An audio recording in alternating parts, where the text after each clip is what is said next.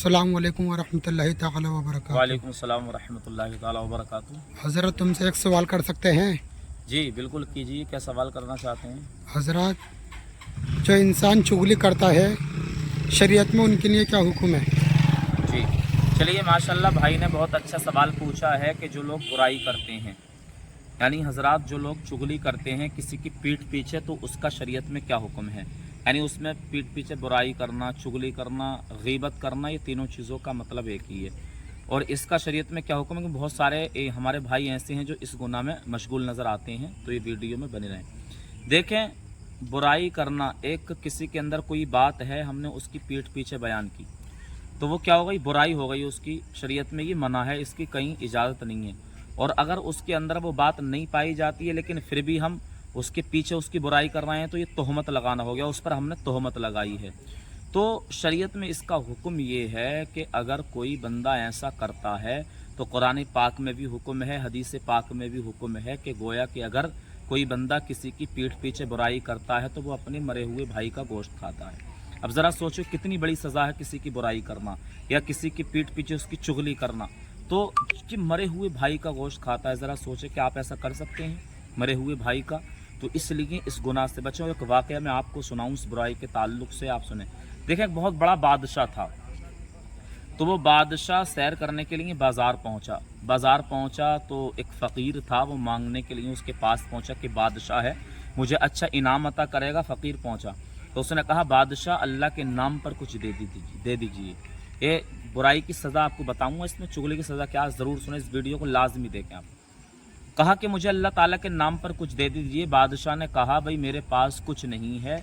फिर उसने ज़िद की तो बादशाह बोला कि ठीक है, ऐसा कर, ये जो मेरा घोड़ा है और इसकी जो लीद है, गोबर, ये ले जा।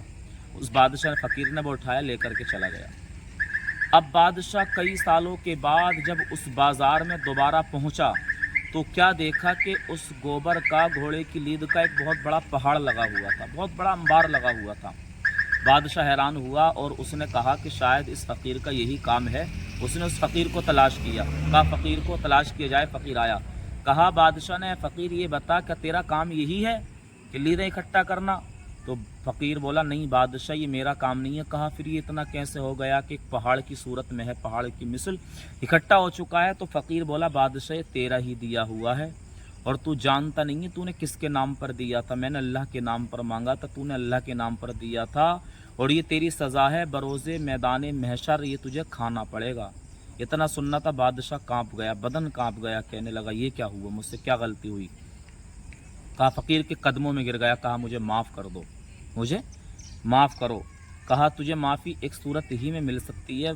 फ़कीर ने कहा कि कोई ऐसा काम कर कि जिससे तेरी लोग बुराई करने लगें, यानी ज़माने वाले तुझे बुरा कहने लगें, तेरी बुराइयाँ तेरे पीछे करने लगें, तो ये तो इतना हल हो जाएगा। बादशाह ने कहा ठीक है। वो अपने घर गया और उसने ऐसा काम किया कि जिससे उस बादशाह की लोग बुराई करने लगे, जगह जगह पर बुराई, चौराहों पर बुराई, और सब बस्ती में बादशाह ने कोई ऐसा काम किया था कि उसकी तमाम बुराइयां होने लगी। तो वो बादशाह जो था कुछ दिनों के बाद जब आया उस बाज़ार में, तो क्या देखा, वो गोबर जो था, लीद घोड़े की, सब ख़त्म हो चुकी थी। सिर्फ जितनी बादशाह ने दी थी उतनी ही बाकी थी। बादशाह फ़कीर से बोला, फ़कीर ज़रा ये बता, ये जो बची है ये कैसे ख़त्म होगी? तो फ़कीर ने कहा कि एक धोबी है जो कपड़े धोता है फला घाट पर, उसने तेरी बुराई नहीं की है, अगर वो तेरी बुराई करे तो ये लीद भी ख़त्म हो जाएगी, ये भी ख़त्म हो जाएगी। तो बादशाह ने अपना रूप बदला और एक आम से कपड़े पहनकर उस धोबी के पास गया। कपड़े धुल रहा था वो, जाने के बाद अपनी ही बुराई करने लगा कि बादशाह ने ऐसा किया, बादशाह ने वैसा किया, गलत आदमी है, ये है वो है।